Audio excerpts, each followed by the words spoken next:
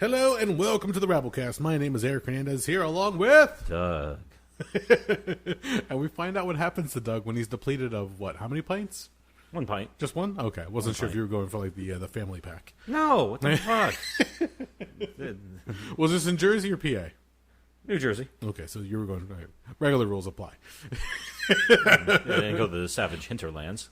So, we find out what happens when Doug is depleted of some resources internally and has to try it and make it through an episode.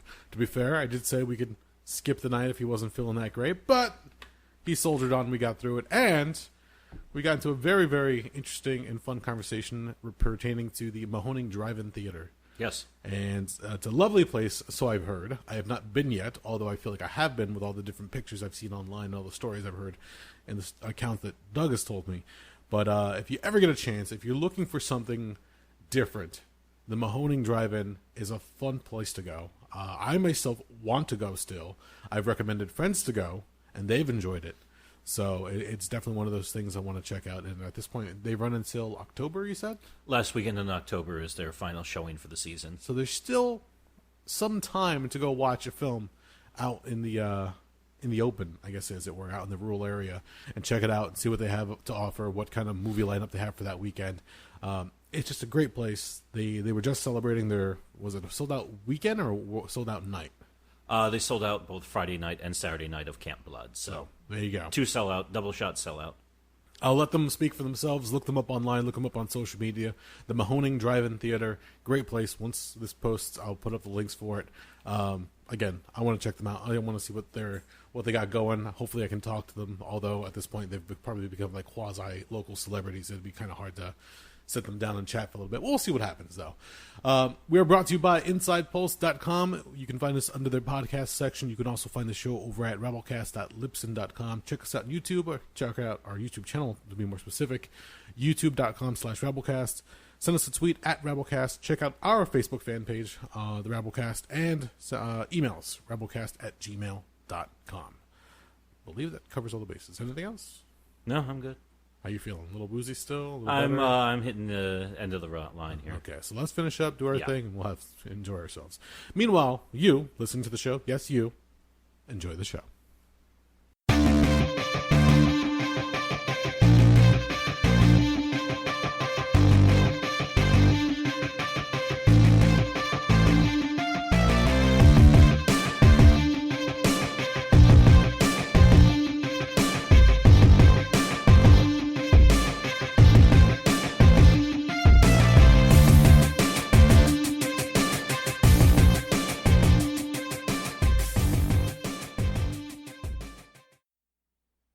Here we go.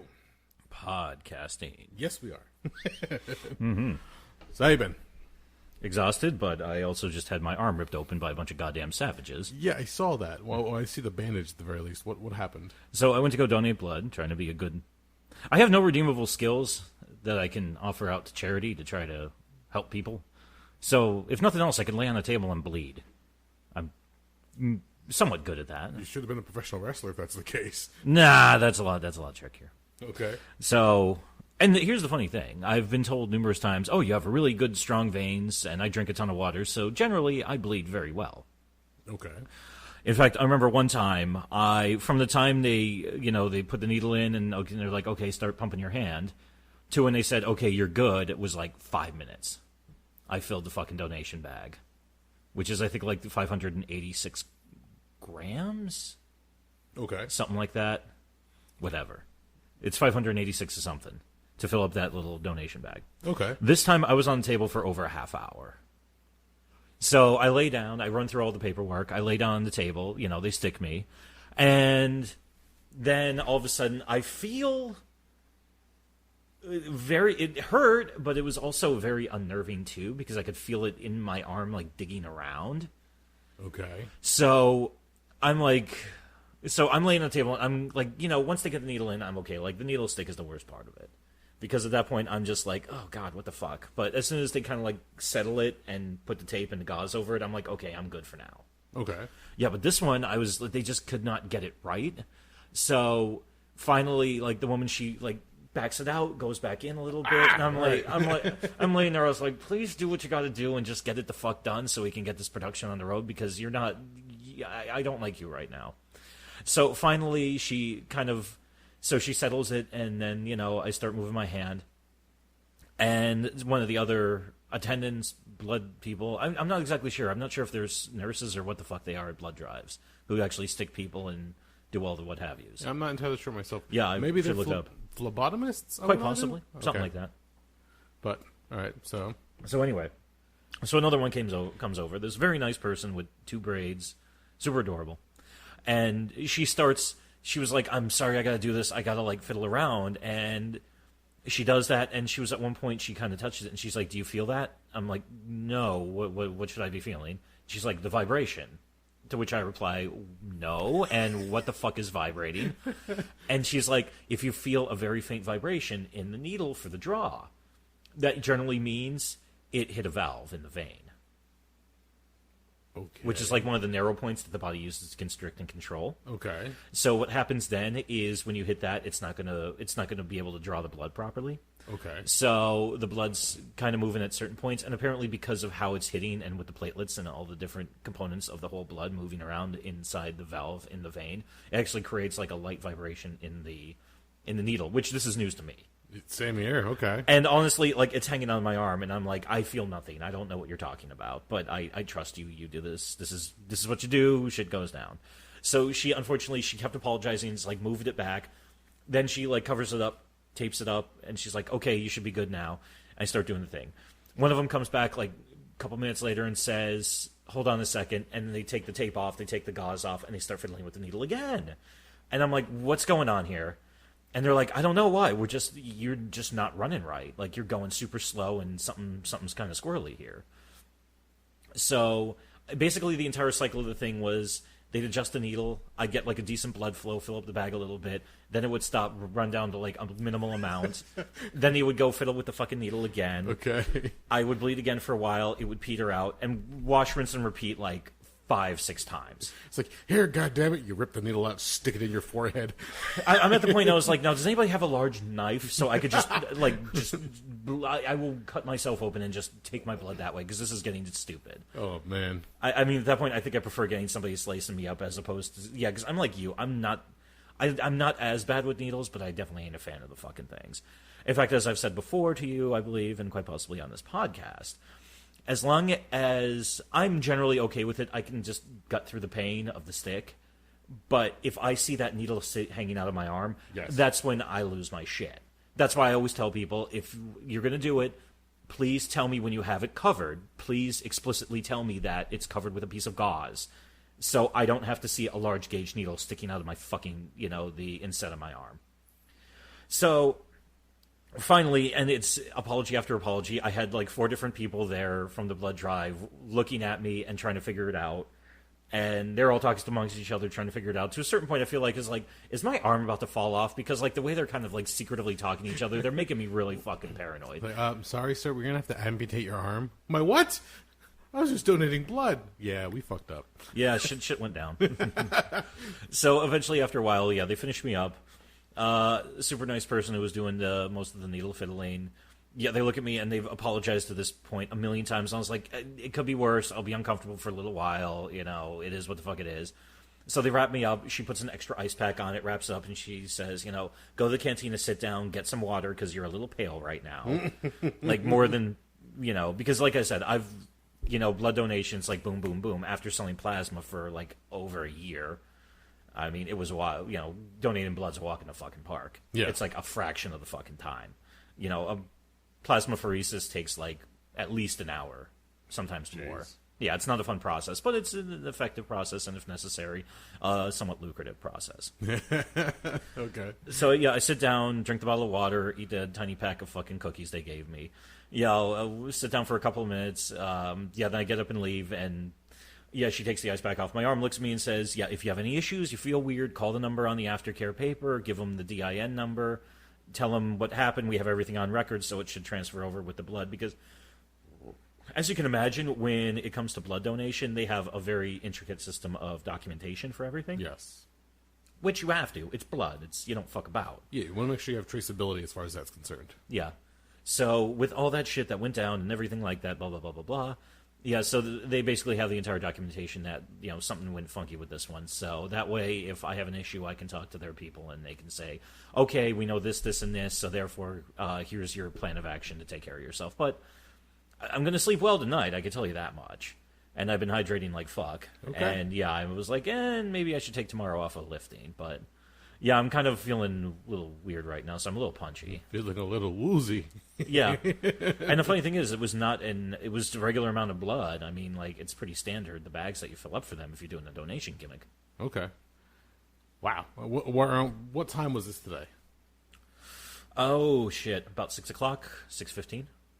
This afternoon? Yeah, so just like... So you're just removed from this right now. You just got home and like... Yeah, like 2 hours. Like 2.5 hours ago, if that. Jesus Christ. Yeah, I went after work. I was like, all right, let me just get this in, because blood drives around here, they always pick the stupidest fucking times to run them. Yeah, they do. Like, oh, we're going to do it on a Wednesday from 1 to 4. Well, cool if... And you wonder why your supplies are diminished. I was going to say, basically then I have to take extra time out of work to come donate blood.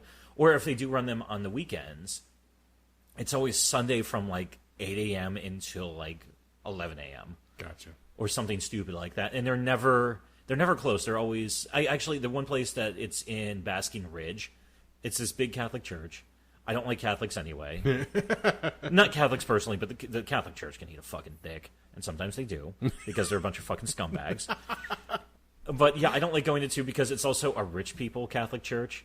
Because, yeah, when I went there back in December to donate blood, I'm going through the parking lot, and I'm just counting off BMW, Benz, Audi, Jaguar. I'm like, ugh, God, fuck all of you. Yeah, so I walk in there. I'm looking like a scumbag wearing like an old pair of jeans and a fucking sweatshirt and probably a band T-shirt or something. Well, all these people in suits are standing around being like, we're so holy and wonderful. I'm like, go fuck yourselves. I'm here to bleed. I was like, I have no respect for most of you. You're still fucking giving money to the Catholic Church after all the fucking shit that's come out with all of the goddamn fucking child molestation. And even when they fucking knew about it, instead of doing the right thing and fucking trying to fucking sell the issue, they just tried to fucking bury it or buy people off in silence. So, yeah, that's... as beautiful a building as I think it is, and I'd love to see the fucking goddamn ceiling of the Sistine Chapel some days. Some days I really do think the fucking goddamn Vatican City could use a nice brisk radiation bath. But I have opinions on such things. How does your arm feel? Not bad, actually. I mean, like, it's a little, like, definitely I could feel, like... A little sore, a little weird. Yeah, I definitely feel weak. Yeah. Definitely feel weak, definitely feel a little tender, definitely feel kind of, So. All right. Like I said, I'm going to sleep well tonight. See, all right, pulling back the curtain once again, before I got here, schedules have been kind of crazy, at least in my household, so I've been getting here a little bit later than I've been liking to. So as soon as I walked into the studio, I'm like, all right, I've got a couple episodes I got to edit. I mean, we can take a night off if you want. We can just not record tonight. But you already had the table out. Partially set up. Mike stand's already out. Yeah, so I was like, he's already got everything out. And you're like, no, we're good. I'm like, okay. Are you sure? I don't need you passing out on me halfway or go through like a rant on the Vatican, and all of a sudden you just keel over. No, I'm giving you great material right now. Okay, making sure. I'm no worse than if I'd had like 2 cocktails. I think right now, 2 or 3 cocktails.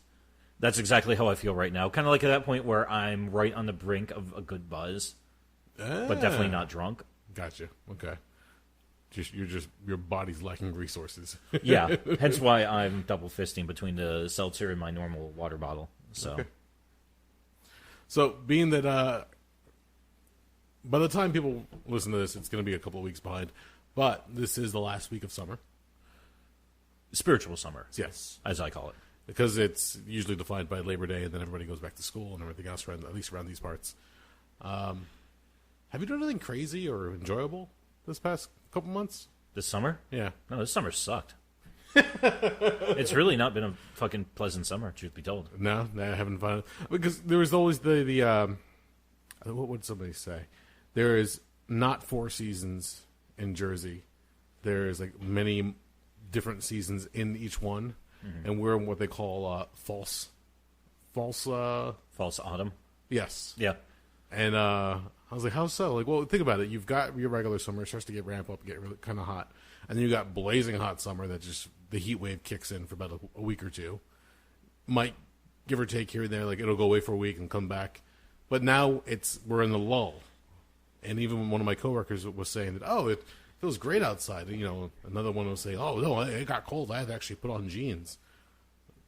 Okay, like we're at the end of August at this point, so it's only makes sense that now it's going to cool off just a little bit. You might have a few more mild days running into September, but now everybody's saying that no, watch, we're probably going to get another week or two, maybe even 3 of heat that's going to come in, and not until the end of September is it going to cool off. And I can attest that sometimes that's the way it goes.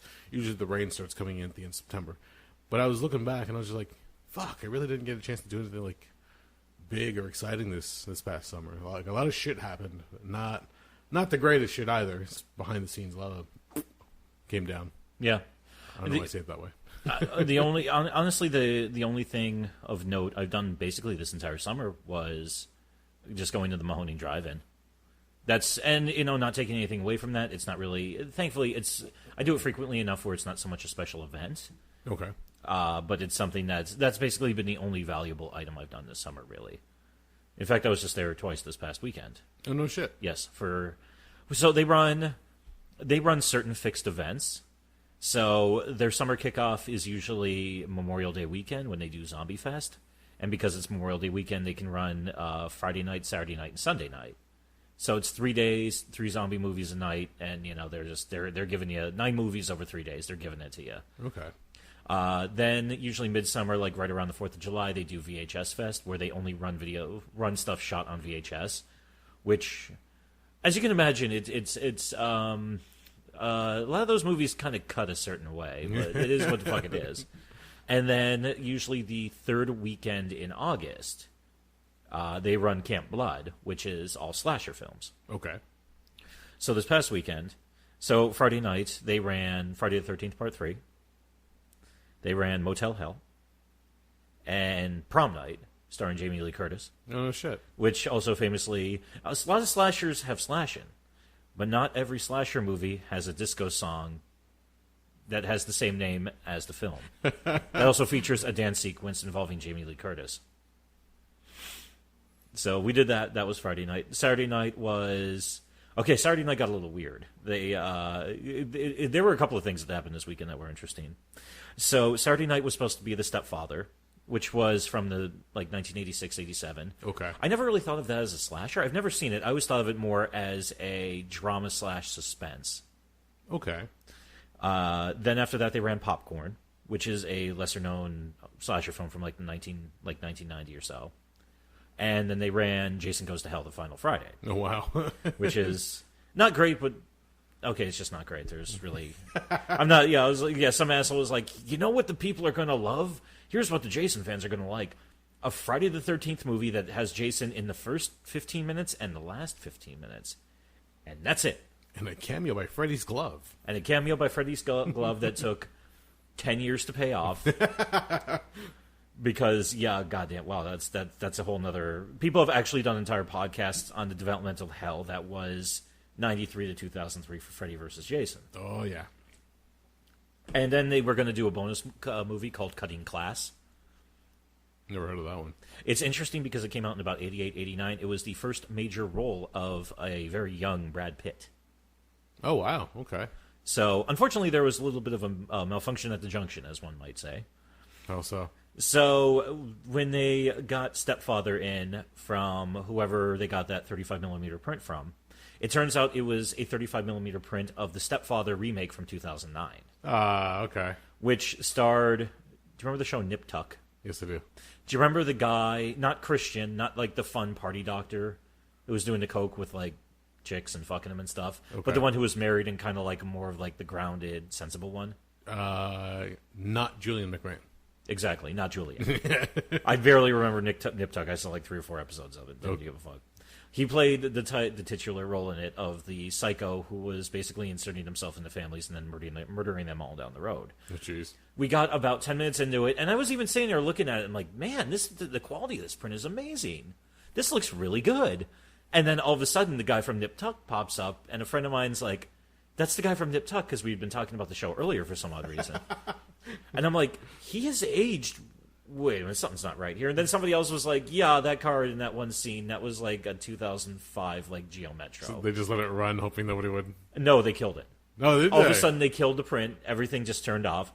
And they said, ladies and gentlemen, it looks like the studio or our suppliers sent us the wrong print for this one. We're not playing this piece of garbage. Nice. Okay. Yeah. So, but at that point, they already had 4 movies on tap for the evening. So then we just got the 3, which is fine because usually, if you were going to run 3 movies at a drive-in, have a 10 to 20 minute break between movies, and you're starting a little bit after dusk, you're already not getting out of there until 3 o'clock in the morning. If you'd done 4 movies, it would have been like fucking probably close. The sun probably would have been getting ready to come up by the time they wrapped up for the night. That's a good point, yeah. So I was like, you know what? I was cool with that. I didn't even want to give a fuck about Stepfather. That was the one funny thing that happened because I'd never seen that before. And you could hear everybody throughout the drive-in lot screaming like, what the fuck is this? I can almost imagine. There have been times where I've listened to the radio, and either you'll hear dead air because somebody forgot to flip the switch for the next audio piece, or when the CD or record back in the day would skip, you're like, did nobody catch that?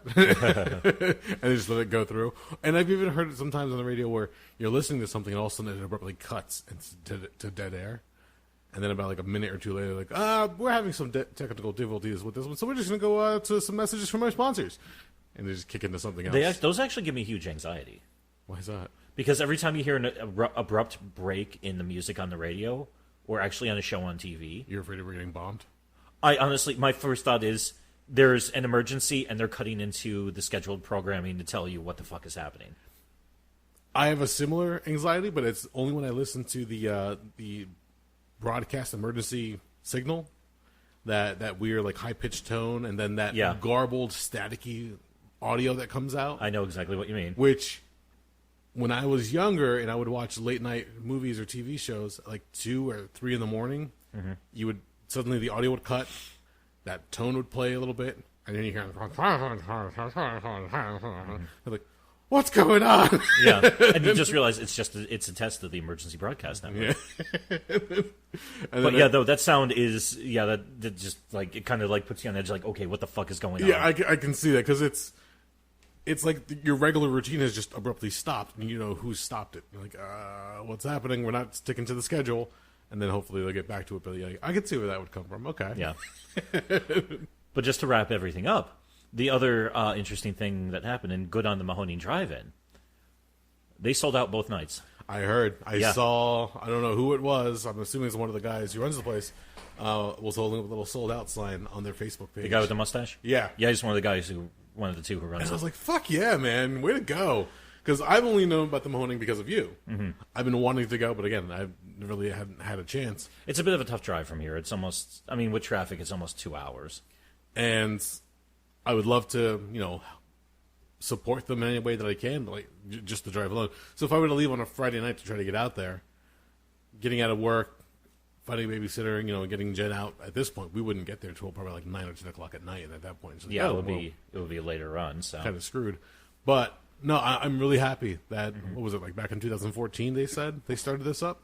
They first ran retro right around Halloween of 2014. Okay, because they're useless bit of trivia. The last first run movie they played was the first Guardians of the Galaxy. Wow, really? Yeah, they ran that, and that was right around the time that all the studios switched over to digital. But that's the Mahoning Drive-In, which was built in built in 48, finished and opened for the 49 summer season. So, their equipment, they're still, they keep everything opened up because the snack bar and the projection stand is all encompassed in one squat cinder block building right in the middle of the lot. So they actually, especially during the summer months when it's hot, they have all the doors open. So you could see in, and you can see those big old school projectors, the ones that look like if you fuck around with it, it will take your arm off. Oh, yeah. In fact, another interesting bit of trivia. Back in the olden days, whenever you saw those, you actually had to be part of the heavy machinery operators union because they were considered heavy machinery. I think you mentioned that once before. I think so too. Now that the words are coming out of my mouth. But then what they did was, so they instead of going out and getting fitted for the digital projector, which would have cost them like $95,000-$100,000, which they didn't have, which probably would have been the death knell of that place, to film students from the Philly area. In fact, I think they met when they were at Temple. They were looking around, and they just happened to come across it, and they thought it was abandoned. But after they looked into it a little bit, they found, oh, this place is still running. And they got hooked up with the owner/manager. At least I think he's the owner/manager. It's a weird deal. I don't exactly know who owns what around there, and that's how they started doing. They basically said, we're going to start running this as retro. We're going to make it like an event, make it event weekends from the end of April to the end of October every year. Okay. And the funny thing was, when they started contacting people to get 35mm prints, everybody screamed, don't do this. You're going to lose money. It's not going to work out for you. This is going to be a waste of your time. Just don't do it. And it's kind of cool that they proved them all wrong, because I remember the first time I went there in June 2015 for Evil Dead in Pieces. My God, what a lineup. Yeah, there was not a lot of people there. Okay. Even for but now if they run Evil Dead, like Evil Dead Weekend, it's one of their guaranteed huge draws every year. Yeah, I would imagine that the people that turn out for it. Yeah. All the Evil Dead fans are the Bruce Campbell or Sam Raimi fans. Mm-hmm. So, of which there are legion. No, but on paper I could definitely see the warnings being warranted. Mm-hmm. Like, nobody really runs this format anymore. There's no point. Everything is much easier now with digital. But, like you said, to switch over, I mean, it almost sounds a cliche, but it sounds like an old story trope where, the rundown theater can't convert to the new technology to keep running, and if they really want to do this, then they're putting all their eggs in one basket kind of thing. So they said, fuck it, let's go for it and see what happens. Yeah, but it happened to work. I mean, it's gotten to the point where one of my favorite things to do is on the big weekends. I didn't get a chance to this past weekend, but every now and again I'll walk around the lot and just start looking at license plates to see who's coming from where and what's going on. Okay. So, I mean, obviously there's a ton of Pennsylvania, New York, New Jersey, Connecticut, but then you start seeing Maryland, then you start seeing Massachusetts, then you start seeing Virginia, then you start seeing Ohio, then you start seeing, getting further out into the Midwest. I've seen Illinois plates there. I've never seen it, but they talked about they've had Minnesota plates show up in the lot before. Oh, no shit. They've even said that they've had people who happen to be in the States from overseas who have sought the place out. I don't know if they made the trip specifically for the drive-in or if they just happened to be in the States and they piggybacked it on top. But, I mean, yeah, walking around there, it's fascinating to see how far the place has come in the last, 4 years and change. But it's gotten, like I said, it was so packed there, it was almost giving me low-grade anxiety because I'm used to having, whole sections of the place just open and nothing really going on. But yeah, then they got to the point where it's like, okay, we're loaded up to the point where we can't. Yeah, they were turning people away at the gate unless they pre-purchased a ticket. So yeah, it was wild. That's really cool. I'm happy to hear that. And at the same time, I'm trying to figure out how you would explain a drive-in movie theater to somebody nowadays, like the millennials or the new generation. How would you explain the experience? Like it's like a theater, but outside. Or would you say it's like watching something on your cell phone on a larger screen while you're walking? I don't know. I've never hung out with anybody who didn't understand what a drive-in was. Well, just think about it. The fact that nowadays, if you want to watch a movie, most people just stay at home with streaming services and everything we've talked about before. Yeah. The theater experience has been something that's fallen to the wayside to the point where now they're trying to come up with different gimmicks and different ideas to try to coax you out of your comfortable house to watch the different theaters. Dine-in theaters have become pretty popular, even though some of them are hit or miss depending. Stadium seating was one of the gimmicks for a while. We're like, we can you have tiered seating. You can go all the way up, or you can stay at the bottom level if you want. Yeah, there are no bad seats in the house. Exactly. Or like the theater right in town here, they switched over not to dine-in theater, but they have now the lounge chairs with the automatic button. Mm-hmm. So you can recline, no problem. You have a little table that swivels over you, and you're just left to yourself. You can get whatever food or drink beforehand in the lobby area. Well, it's also interesting seeing that the changes in what kind of food you can get at the theater now. When we were kids, popcorn, candy, and soda. The end. Yeah, that was about it. But now you can freaking get, green bean fries or whatever the case. You can order yourself a sundae before you go in.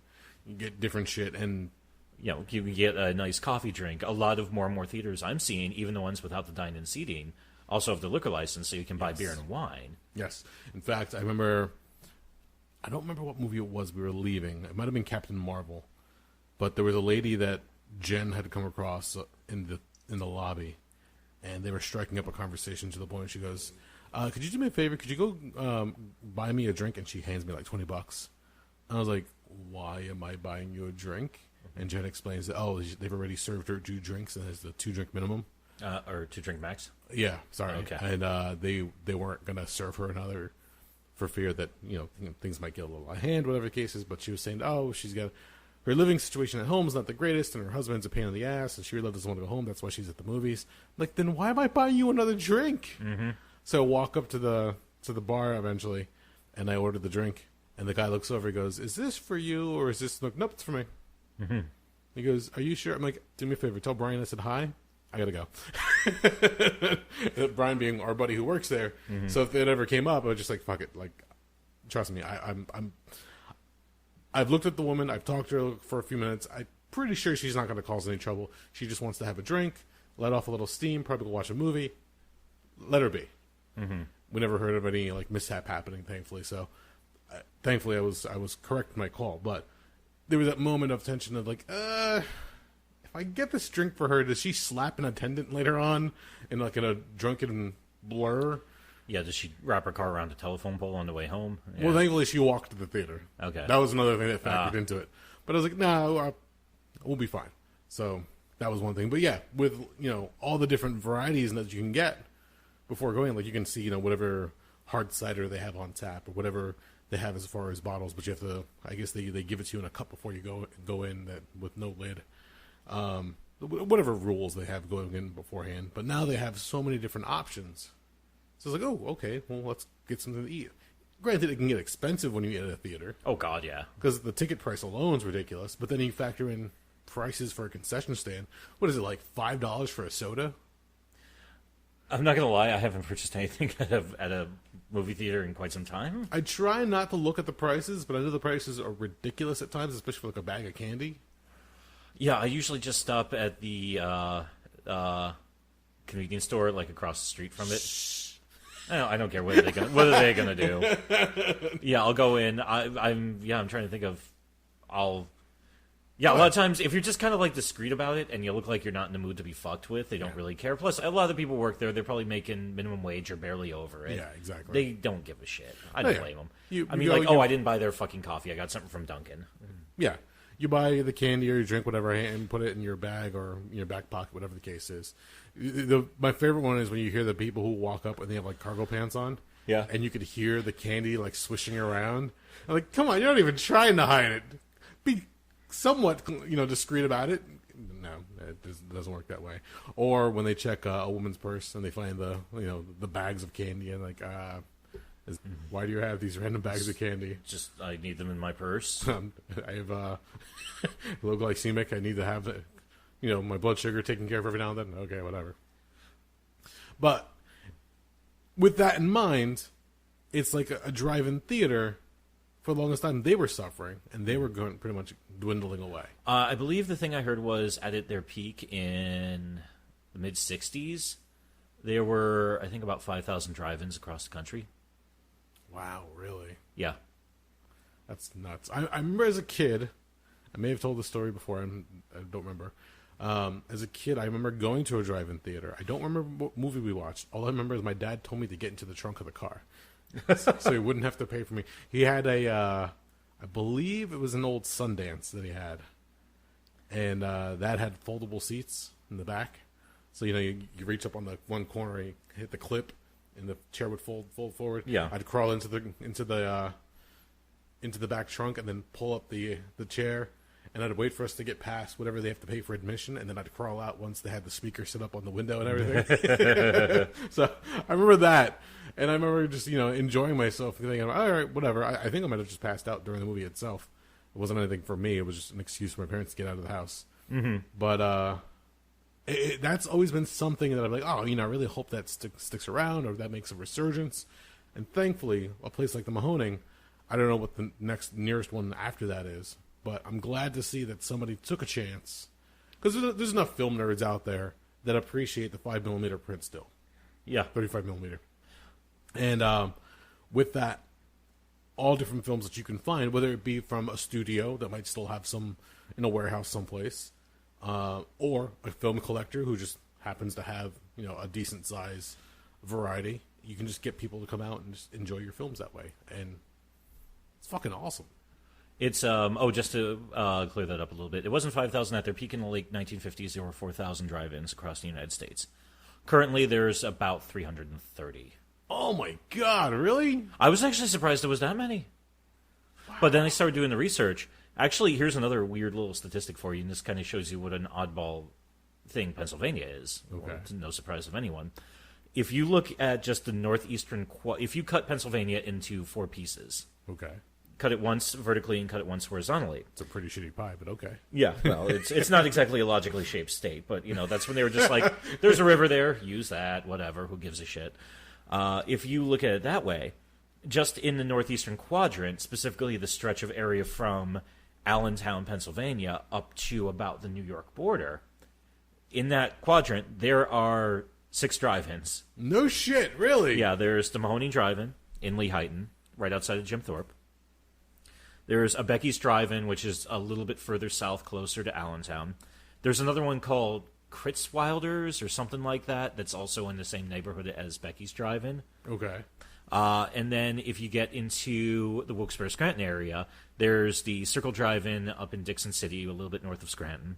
There's the Garden Drive-In, which is south of Wilkes-Barre in a town called Hunlock Creek. Don't worry if you've never heard of it. I've never heard of it, and I've been there like 10 times. What was the name of it again? Hunlock Creek. Yeah, I know. Wow, it's new to me. It's exactly what it sounds like. They have a lock in the creek, and that's it, hun. Wow, that was a shitty joke. Ugh. No, but I give you credit because you said, fuck it, I'm going to go for it. That's about where I'm feeling right now. I didn't have time to think it ahead a second or two and try to proofread myself, and I was like, no, just let it fly. And interestingly enough, another one that existed many years ago called the Moonlight Drive-In just reopened this year after about a year's worth of site work, rebuilding, remodeling, and everything like that. Okay. So it's fascinating to think about, because a couple of these I found by accident because I like to take back roads to the Mahoning if I have time. Because, number one, I avoid traffic. Because, honestly, I just hate sitting on traffic on highways. It's just miserable, which is why I drive a lot of places in the middle of the night. So if I can pull it off, I'll drive everywhere. I'll take back roads during the day, especially during the summertime. I love it because you almost feel like you're driving through a movie. Yeah. Especially in that part of PA because it's just rolling hills, farmland, forests, mountains, some streams and lakes, a couple of small houses, picturesque bullshit. Yeah, it's just kind of like it's... I put on some weird 70s rock like Seals and Croft or Jefferson Starship or maybe the Ozark Mountain Daredevils. And I ride around and pretend it was 45 years ago. But, we all got our thing. I usually just put on In-A-Gadda-Da-Vida and just have fun. Also applicable. But I'm not as big a 60s rock guy as I am a 70s rock guy. No, but I can definitely see what you mean. Especially when you're riding around in Jersey, you kind of forget that there are back roads that you can enjoy some of the scenery. There's a lot of countryside to behold and to be seen that when you do get lost in the back road or you have to take some kind of a scenic route, essentially, you're just like, wow, this exists back here? Yes, it all exists. You're just so fucking caught up on the main roads that sometimes you forget that there's a nice little detour back here or a detour back there. My dad would do the same thing every now and then when he'd come home from work. You could easily take 22 straight shot from where he worked back to where we were. It was about about a half hour from home. And every now and then on a Friday or if he worked on a weekend, he would say, I would take the scenic route and come home. Like, what's the scenic route? He goes, just the back roads and go over a few bridges, check out a few farm areas and just take it all in. Just fresh air, roll the windows down. Like, hey, if you can, great. But yeah, everybody gets kind of wrapped up in all. I gotta get somewhere fast, and then you get stuck in traffic. Well, I'm not moving now. Well, that's also part of the issues of just being around here. I mean, even back roads, unfortunately, you can find yourself sitting in traffic jams. Oh, definitely, yeah. Which really sucks. I know I found some weird side paths around the state to get where I want to get. Where it'll take me the same amount of time as if I take the highway, but I'll be driving down a country road instead of going 10 miles an hour on a highway. I was like, there's no contest here. That's going to be infinitely less stressful. And sometimes I found myself even on those weird, like, back roads, all of a sudden, like, oh, there's a 10-car line waiting to make this left turn. Fuck. But these things happen. As far as the Mahoning's sold-out show or sold-out weekend, Yeah. What constitutes a sellout for them? Did they say, or...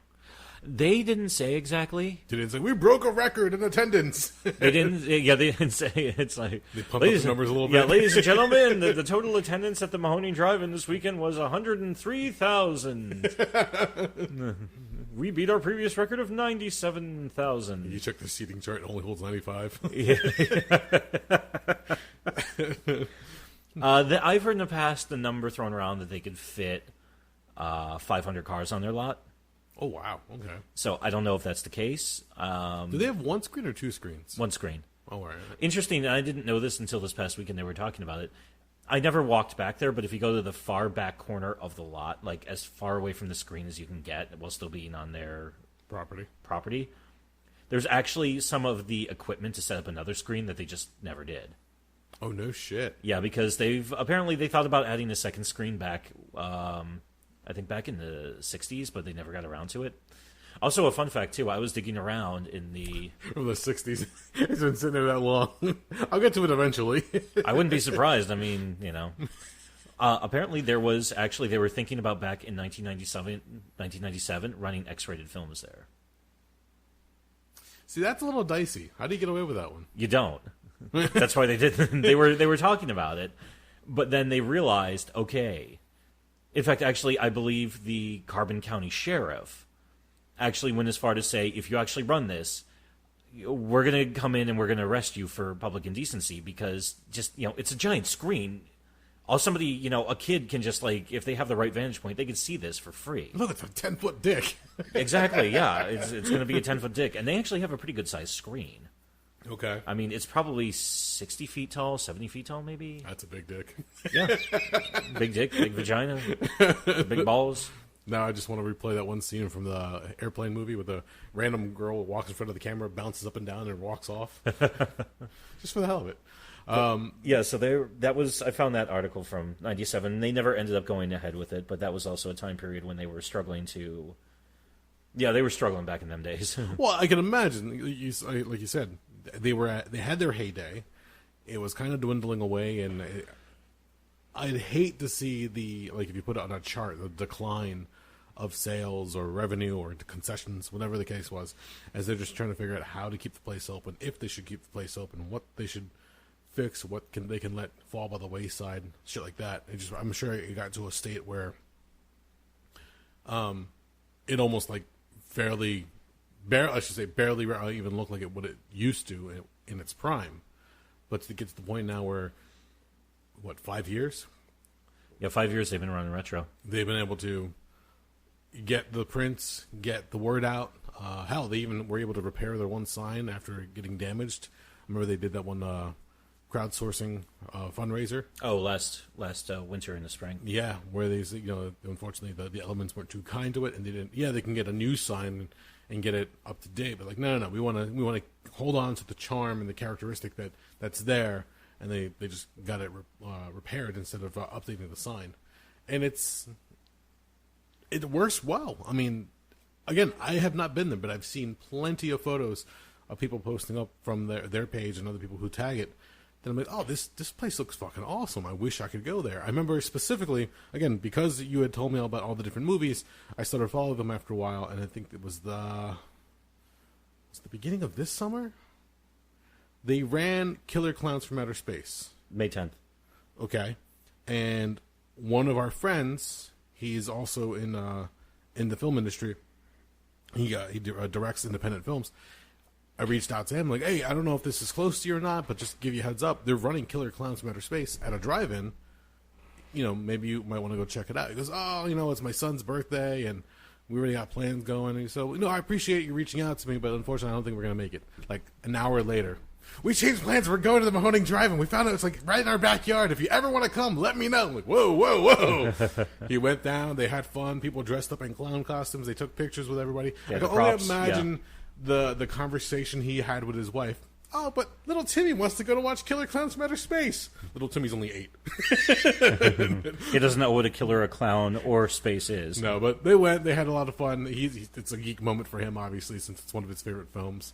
I remember him talking about it at length when we would hang out.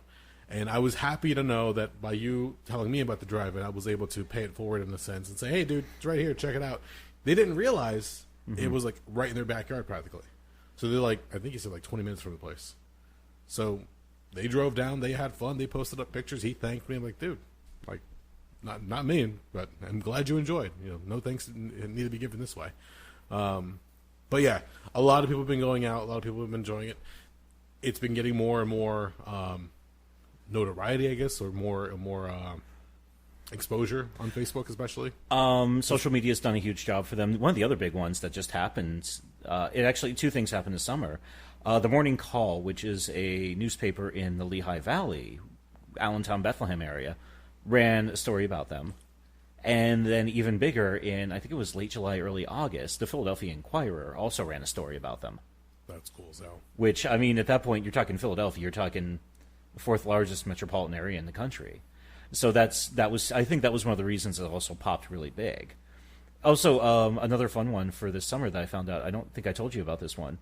So the weekend after Killer Clowns, they did Teenage Mutant Ninja Turtles 1 and 2. I wanted to go to that one, yeah. I was going to take Jen at one point. It was interesting because I found out a couple days after the fact. Are you familiar with the Angry Video Game Nerd? Yes. He was there. Which I'm looking around because I follow him on Twitter because I've always gotten a kick out of those videos. Okay. And all of a sudden I see James, I think his name's James Rolfe. Okay. Ralph, something of that nature. Not sure how to pronounce it. I'll take your word for it. But yeah, I saw he's posting pictures, and I didn't read the caption at first. I'm just looking at the picture. I was like, that looks like the Mahoning.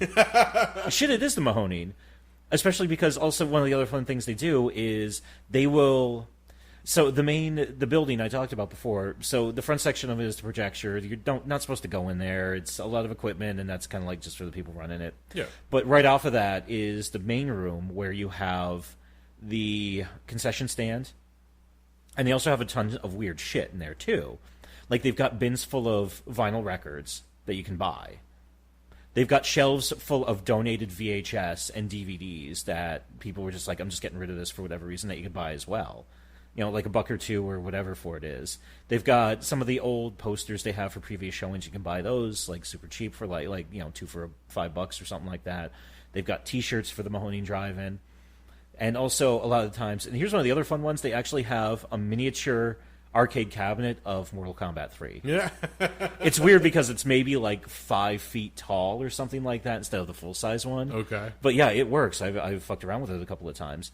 But in that area, too, they also dress a lot of the stuff. So for Killer Clowns Weekend, those giant pink things that were the people encased in the corrosive cotton candy. Yeah. Yeah, they had those made up for that. This past weekend for Camp Blood, they had like a lot of Friday the 13th looking props set up. They had a TV set up that was playing on one TV. Here's a nice little flip for you. On one TV, they had a Nintendo set up playing the Friday the 13th video game from like 1988, the ungodly difficult one. Okay. And then on another TV on the other side of the room, they had a PlayStation 4 set up, and they were playing the new Friday the 13th game. So you can run like the missions and like the bots and stuff like that as you play as Jason. Nice. Yeah, I was like, at one point I was just looking back and forth. I was like, I want to play one, but I don't know which one I want to play right now. So yeah, I'm just going to stand here. But it's always fun that they do stuff like that. They dress the sets. I wish I could have seen it a couple weeks ago when they did Universal Weekend, which they try to do that once a year, where they just run like a bunch of the old Universal horror. They actually dressed the set up to look like something from The Mummy. So they had like a bunch of like the old Egyptian stuff set up around the way.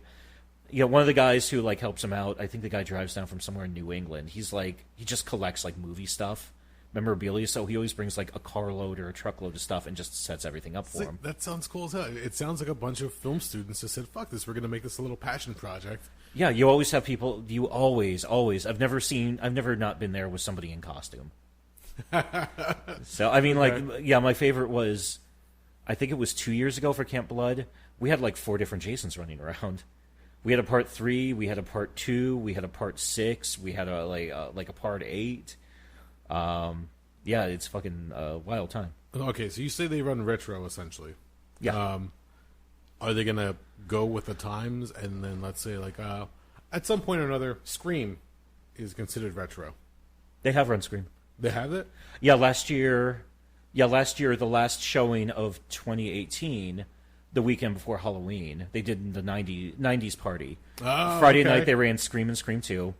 And then Saturday night, I actually went out for this because it was the last showing of the year, and I was like, and I haven't seen The Craft in forever. They ran The Craft, and I Know What You Did Last Summer. Oh, my God. It was fucking cold. But That's the one you left, right? Because at one point you're like, it's too fucking cold out here. no, actually, I stayed for the whole thing because I went by myself. All my other friends were like, we're not going. Because usually what I do with my friends is we bring camp chairs. And a friend of mine, my man Dooge, he went online and he actually found... Because they have like a shortwave broadcaster, 89.3, where they actually play the audio. So you just turn it on so you can hear what the movie's saying. So he went out and he found like this, like, it looks like a mini speaker. It's like a foot, or like a cube almost, like a foot tall, probably a foot wide, a foot deep, so on and so forth. Okay. Puts out good sound. So we just do that and we just sit outside. And it's great because you're just sitting under the stars. Ugh.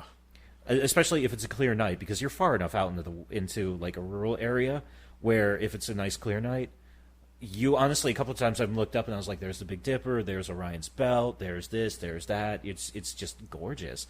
In fact, actually this past weekend we saw like 3 shooting stars because we were at the back end of the one meteor shower that started earlier in August.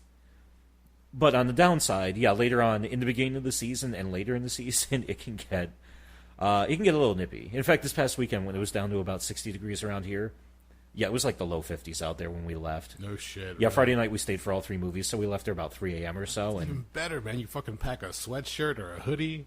oh, I was sitting there wearing a sweatshirt, my knit cap, and I had like a blanket wrapped around my legs Fuck as yeah, I'm sitting man. there. I want to go. I was gonna say, yeah, last year for the 90s dance party, the 90s party back at the end of October, yeah, since nobody else went, and it was also happened to be raining that day, I just had my car and just turned on my radio and just watched it that way. That's pretty fucking cool. I was gonna say I enjoyed it too, and yeah, it was a good time. It felt weird being there by myself, but yeah, I still felt like it's. Yeah, there's something about it because it's. I can't quite put my finger on it. There's something about the place that just draws me in. Where I've passed up kink events to go there. Like last year, I blew off Test Fest, which I've gone every year for like almost the last decade.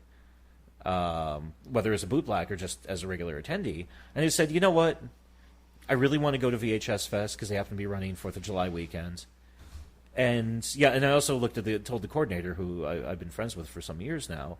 I said, you know what, do you know any newer bootblacks who want to get into this or are looking to like do a weekend event who are just like breaking in? She said, yeah, and I was like, just give them my spot. You know, just give it to somebody new and let them fucking start, start getting their legs under them. Pay their dues.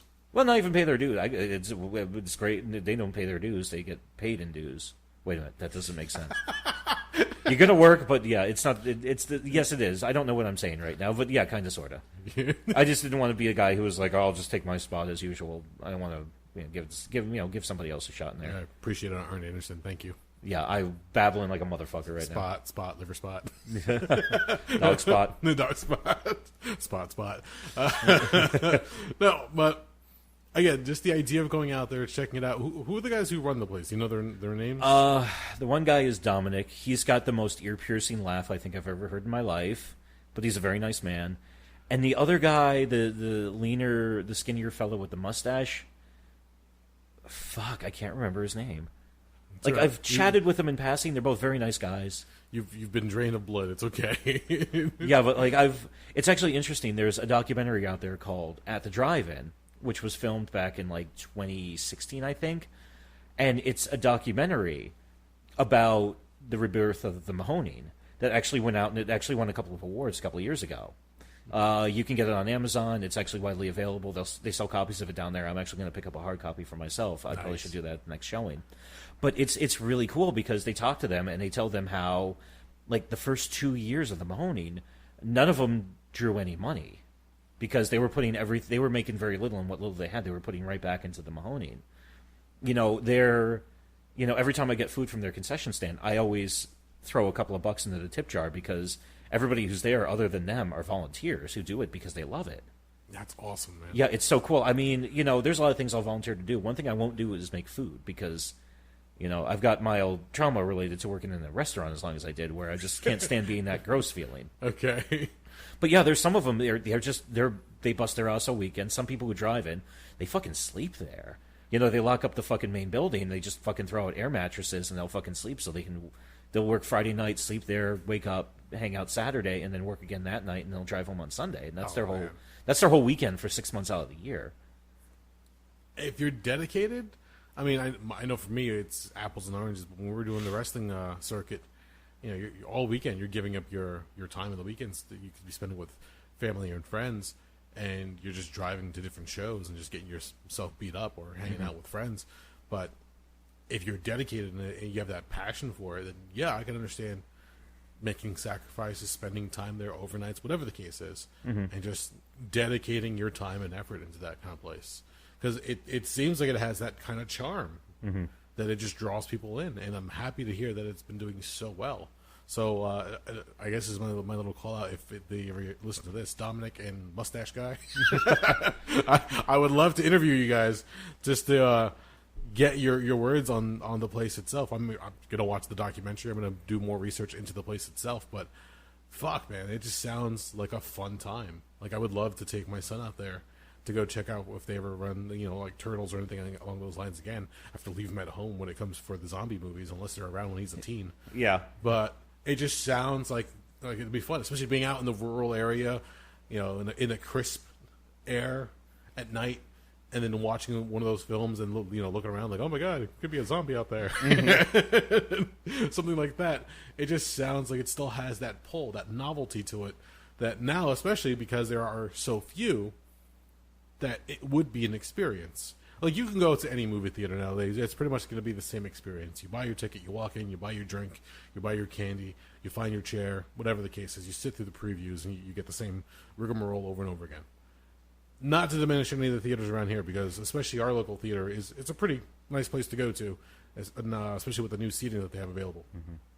But it's nice to be able to go out, like you said, either sit in your car and get the wavelength of the whatever station it is that they transmit on, or bring out lawn chairs and sit down and make a little semicircle with your friends and sit down and chat and have fun. Hopefully they'll shut the fuck up long enough to watch the movie.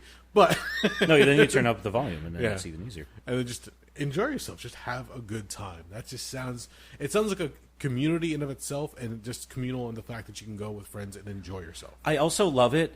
I mean, my friends and I, we kind of keep to ourselves a little bit. If I see the familiar faces around, I'll give them a nod or say what's up and stuff like that. And some of the people who work there, I'm always, hey, how you doing?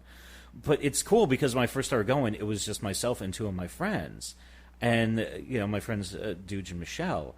And then after a while, our friend Brett got into it too. And then some other folks he knew started going. So, I mean, this past weekend when we were at Full Strength, there was 8 of us all of a sudden that...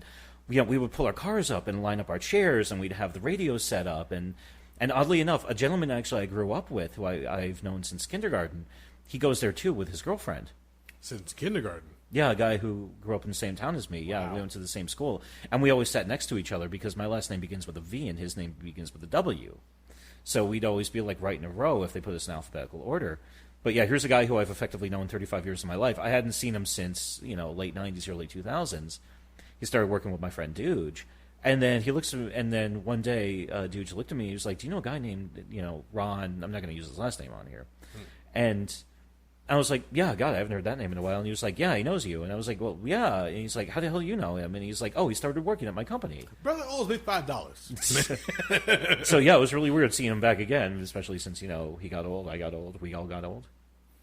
Oh, no. But it's also fun too because even before the movie starts. I love getting there relatively early, 6:30, 7 o'clock, because then you have an hour or two to hang out with your friends and grab something to eat, get set up, bullshit, screw around. It's also fun because a lot of weekends too, Exhumed Films, the old outfit from Philadelphia, which it feels weird to call them old now, but they've been running since 1997, running old school horror and cult films in the greater Philadelphia area. 20 years, they're old. 22 years, yeah. Sorry. They and I started going to Exhumed Films back in 2001. when Stuntman Kurt told me about the place, and we met some people down there. We went to go see Shogun Assassin and Duel to the Death on the big screen in this weird theater in Pensacola, New fucking Jersey. Just from there you could still see like the Philly skyline. It was so close. But Exhumed Films helps them co-promote. The guys who run Exhumed, they also run Diabolique DVD, which is they specialize in DVDs and Blu-rays, harder to get, more underground stuff, horror, cult, sci-fi, whatever. So they'll come up too, and they'll set up tables to vend. You'll have like people hanging out just all weekend long, like selling stuff. One of the things I love about VHS Fest is also fun too, because it kind of becomes like a weird flea market for weird shit. Because people will buy tables at the event, they'll set them up, and people will vend all day, because they'll even open up a little bit earlier. And, there are VHS collectors who they'll come, they'll bring their bins of tapes, and people will be digging around looking for their stuff. Even people selling fucking VCRs. One of my personal favorite items was this one guy who does, like, a lot of weird retro prints. He teamed up with, they're called Studio House. They're the ones who made the famous VHS or Die shirts, where it would be, like, a stack of VHS tapes, but, like, certain theme ones. Like, the one shirt I have, it's just says VHS or Die at the bottom, but it's a stack of every Friday the 13th movie on VHS. But they put out a special one called Atkins or Die. So it's just a stack of Tom Atkins movies. In fact, hold that thought. Uh-oh. We have visual representation on an audio podcast. Breaking all the rules. Breaking all the rules. As he fishes around through the studio to find, let's see, he's pulling it out. Explain to the people what I'm holding. He's got a nice sized t-shirt with a stack of VHS cassettes. I'm going to read them off here. Night of the Creeps, Creep Show, Escape from New York, Maniac Cop, Halloween 3, Season of the Witch, and The Fog. Atkins or Die, it says at the very bottom. Mm-hmm. That's fucking awesome. So for anybody, like, oh, it's just a stack of VHS. No, they actually like do the representation of the actual, if you were to look at the actual VHS tape itself, the little label that's on the side of it, it's all stacked up one another. That's pretty fucking cool.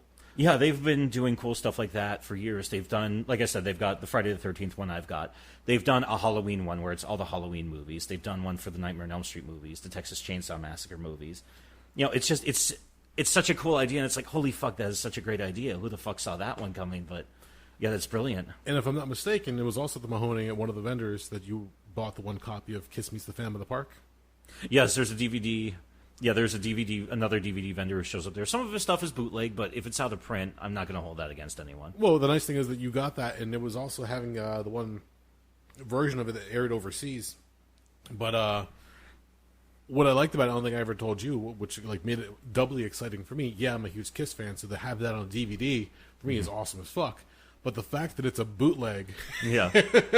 So technically, no money went into Gene Simmons' pocket. I don't mind that. Like I don't care about that part. Whether he does it, he has enough of my money as it is. But no, what I liked about it is the fact that I remember growing up and going to flea markets and finding bootleg concert tapes.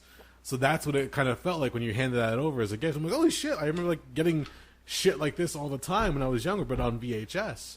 Mm-hmm. Now that the fact that it's a DVD, it's still a bootleg. It still gives me that era of, you're going to a place where there's like-minded individuals all sharing in the same thing. Whether that guy was a Kiss fan or not, I don't care. He was just happened to make something that I enjoy as far as a copy, and now I can continue to enjoy and relive it over and over again. The funny thing was, I actually bought 2 copies of Kiss Meets the Phantom of the Park. I got one for you and my boy Kev, who's another huge Kiss fan.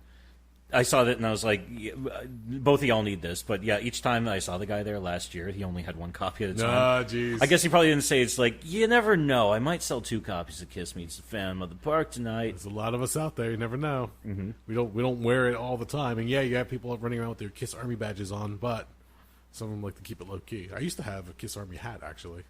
Oh, nice. It got all destroyed and disheveled, and now it's sitting on my Master Chief little model head at home. Oh, I had to look them up. So right now it's co-owned by Virgil Cardamon and Matt McClanahan. Okay. They were the film students who found the place, and Jeff Maddox, who's an older gentleman, he's the one who's been running the projector there for God knows how many years. He's an older gentleman. He lives in the Kutztown area, Kutztown, Pennsylvania. But yeah, he learned how to run those heavy-duty old-school projectors that'll like remove your fingers when he was in the military years ago. So, yeah, he just came back when he got done with his military service, and he found a job doing that, and he's been at the Mahoning for God knows how many years. So it's the kind of thing you want to make sure you get plenty of sleep. beforehand, because otherwise, if you stick your hand with the wrong compartment. It's also interesting because I can imagine he's been working with those specific machines for so many years, probably decades. I can imagine, like, if even the slightest thing is off, he can just tell because he knows every sound, every machination, every... Whether if the picture has a certain jump to it, or if you hear a certain click or whir, like, oh, that part's going to go, got to order another one. Oh, imagine that. Imagine finding parts of that fucking contraption. I don't even know who you'd get. Like, who the hell still makes those? Well, if they're lucky enough and they come across somebody who has a 3D printer, they're becoming more and more viable as far as not just printing plastics or like different materials, but also making machining parts out of different metals. Really? Yeah, well, it's, the technology is just evolving as we go with it. Oh, so wow. There are certain firms now that actually use metal 3D printing machines. So if certain things break down, rather than having, who was it? The one story I heard was Jay Leno. Yeah. Jay Leno, who has a huge collection of cars, vintage cars. Yeah, famous. Rather than go online and try to hunt down these parts from like old junkers or other manufacturers, he actually has a garage where he can print a 3D metal part to replace whatever he's might be failing on him, or just have broken down through regular maintenance.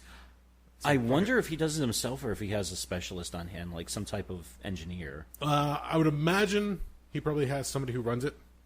Yeah. I don't see Jay Leno as being very user-friendly when it comes to a graphical interface and machining parts. I'm sure he tinkers, but I'm sure for I can imagine for the more, okay, this has to be, our hit or miss on this is a couple of millimeters. Yeah, we need to get very precise measurements of this. So he's probably got like some machining. Probably has like mechanical engineer, maybe like some type of machining specialist, maybe even a tool and die guy. So let's hope that maybe the Mahoning might come across again. You have a bunch of film students. Maybe they have some guy who walks in there and goes, "Oh, I could machine that part for you. Just give me a free ticket for the next movie." Yeah, it's quite possible. Something along those lines, just to keep them going. And again, to keep their costs down and to keep the place open and running. That's just awesome. I'm loving the fact that they have had a sold out weekend and are enjoying themselves. That's fucking awesome. Yeah. In fact, I'm looking forward to it. There's this coming weekend, they're doing another triple shot for Labor Day weekend. They're doing Real Weird Weekend. What does that entail? Just odd shit. Like Friday night, they're doing Remote Control, the movie, not the game show. Oh, wow. Videodrome on Friday night. Saturday night is Phantom of the Paradise. Okay. Which is... I've never seen it. I've only seen the trailer, and the trailer is bonkers. After that, they're doing Russ Meyer's Beyond the Valley of the Dolls. Oh, wow. Okay. And I forget what they're running Sunday night, but obviously I'm only going Friday night because I really want to see Videodrome. And I got too much other shit going on, but then they're doing that. They've announced their Weekend of Terror, which is going to be like the end of September because they're running Maniac, the Joe Spinell, holy fuck, that movie hates women, slasher classic. And then, by that point, they're going to be starting to start wrapping it up for the year, which is a damn shame, but, October, they're getting in their last, 3 or 4 showings before they wrap it up for the winter season. Because even by like late September, it gets like last September when we went, like the last weekend in September. I remember wearing boots, jeans, my fucking army field jacket, a sweatshirt, a long sleeve, and I was still a little chilly. So really. Yeah, it gets nippy in that field. Just start doing burpees in the middle of the field to keep warm. Fuck no. Burpees suck. That's fucking cool, man. I really hope that maybe not this season, but maybe in upcoming season, I can go out and check it out. Now, what do they do on their downtime, on the off season? Do they maintenance repairs? Maintenance repairs, have lives on the weekend, I guess. Well, I can imagine, yeah. Which is weird because I know the one gentleman, Virgil Cardamon, he has a kid. So that's got to be tough. Well, it makes me wonder, in the dead of winter, if every now and then they might go out there and if there's not snow on the ground, or they can manage to get out there, if they just run private events for themselves. I don't know. Maybe it's interesting because I know they're. It's interesting because they, in addition to running the movies, they also sell camping passes. So you can actually set up a tent, watch the movies, when they're all done, you can just crash for the night, then the next day you just pack up and leave. Oh, that's cool, okay. Which makes sense because, some people travel a decent distance, and not everybody wants to drive, in the middle of the fucking night, like me, like a weirdo.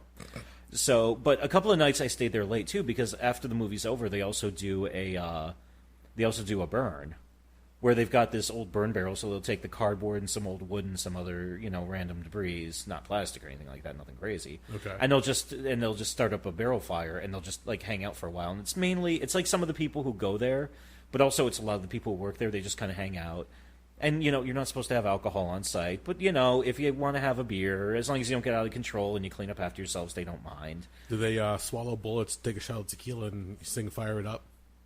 No, that would be cool. On a side note, they actually have a little metal container in the near the snack bar with the slips of paper that says, write down suggestions for double feature. I've put down The Crow a couple of times now with different films I think it would be a good partnering with. The Crow and Dark City. That was the first time I wrote down The Crow and Dark City. Then I was like, you know what, fuck it, Crow and Crow City of Angels. And I can't remember. I thought there's something else that was a good match with that, but I can't remember what it is off the top of my head. But it's cool, too. And also, if you're ever curious what it looks like when a bunch of popcorn gets dumped into a burning barrel, it's actually kind of cool looking. Okay. Because, one night I was going to drive back to Jersey, and my friends packed up and took off. Actually, it was after they did a thing in May called Second Chance Weekend, where they ran Howard the Duck and Masters of the Universe starring Dolph Lundgren. No shit. Yeah. Both those movies are still awful. But it was fun on the big screen with your friends. Both of those movies might have new series coming out. Well, Masters of the Universe definitely. I heard about that. And Howard the Duck, also another one being talked about having a series being made. Funny enough, Kevin Smith attached to both of them. I've heard about that. So we'll see what happens. But no, that's fucking cool. And especially, I love. It might seem like a grab bag only because I'm reading them online. I'm like, who the fuck thought of that? But some of the lineups they have just sound exciting. Like some of them I've never watched, but some of them I definitely want to check out. And to be able to see it on a big screen like that in a setting like that would be fucking awesome. There have been times I've actually purposely held off on watching certain movies because I see it pops on their lineup, and I just said to myself, I want to see it first there. Like I've seen Pieces thanks to you guys. You're welcome. I would love to see Pieces on a big screen like that. The true joy I had from that night, and why I'll always hold a very special place, not just because it was the first time going to Mahoning with my friends, but my one friend who I went with, Michelle, she'd never seen Pieces before. Oh, God. So, as much as I do enjoy Pieces because it's just a ridiculous bloody mess slasher film, I got to watch somebody else watch Pieces for the first time, which is a limited commodity and a special joy in this world. I think you told me, and you were actually watching her, not necessarily watching the movie, to gauge her reaction. Oh, when we got to the Karate Professor scene, I was just looking at. I wasn't even watching the screen. I was like, I know what's happening on screen. I need to watch. If I could record her right now, I would, because I need to know her reaction to this. And it was partially just like this look of like incredulity on her face of like, what the fuck? And then she just burst out laughing. There you go. And if you haven't seen Pieces, just remember the words Karate Professor, and you'll know it when it happens. It's fucking awesome. But no, I mean, like I said, I've been sitting here blithering on about the place for how long now, so it just shows you how much I like the place. Yeah, and you'll mention every now and then, you'll bring up the lineups. I know sometimes I'll comment on their Facebook page. I've never met the guys, but I love what they're doing. Mm-hmm. And I think it's, especially nowadays, you can go on social media and find all manner of bullshit.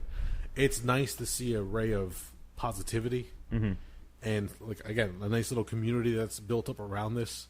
What was a ragtag drive-in theater, now essentially they're getting more people coming out, more exposure, more notice, and they're just doing what they love to do, and that's running films, 35mm films, and having people come out and enjoy them.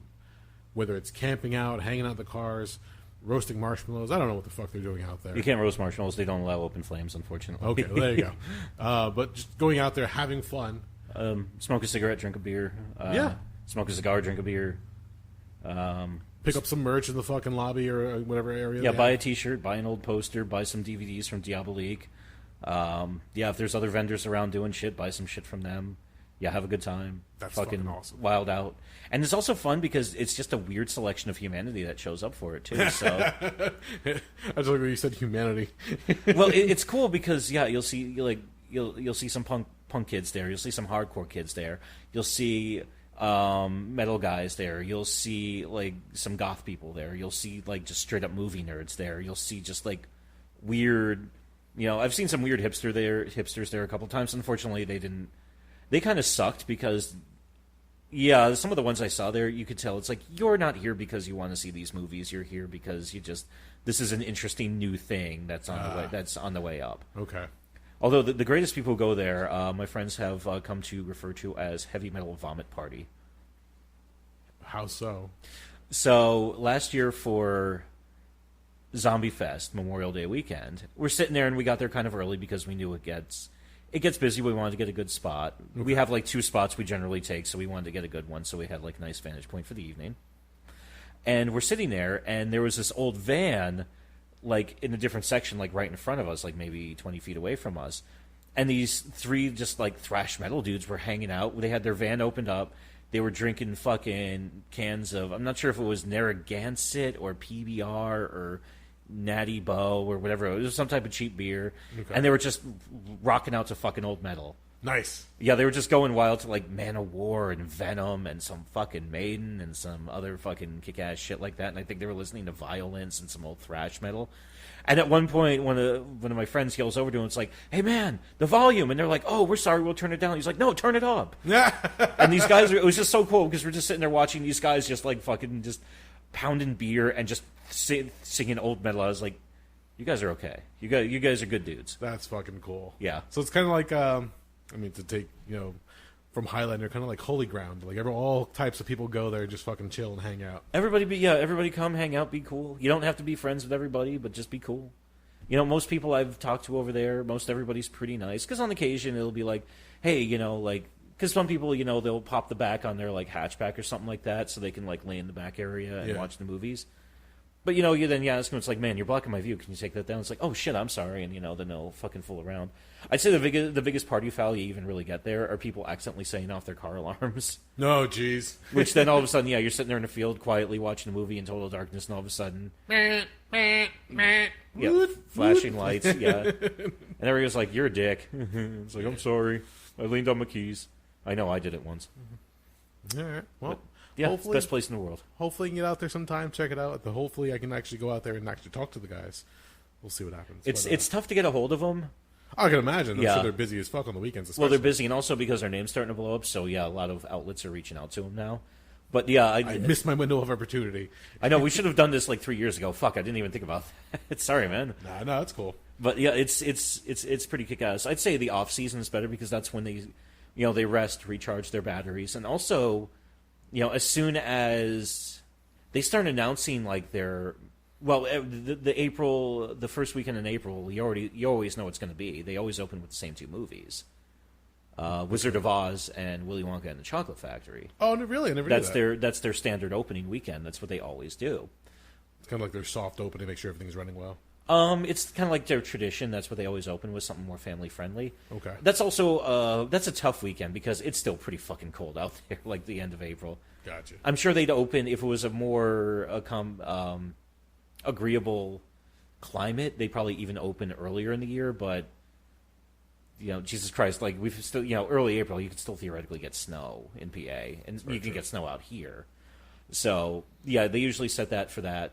It's also a good time of year, but they do tests in like other parts of the year in April where, obviously they get there, and I saw this in the documentary, I never really thought about it, and it makes sense. They get there usually like late March, early April and start like prepping the place, like clean everything, make sure everything's working properly, test the machinery if they have to have any repairs done. This one's going to be interesting because their bathrooms crapped out on them this year, no pun intended. Oh, no. Yeah, so they had to shut down the bathrooms, and now they just have porta-johns on site, which...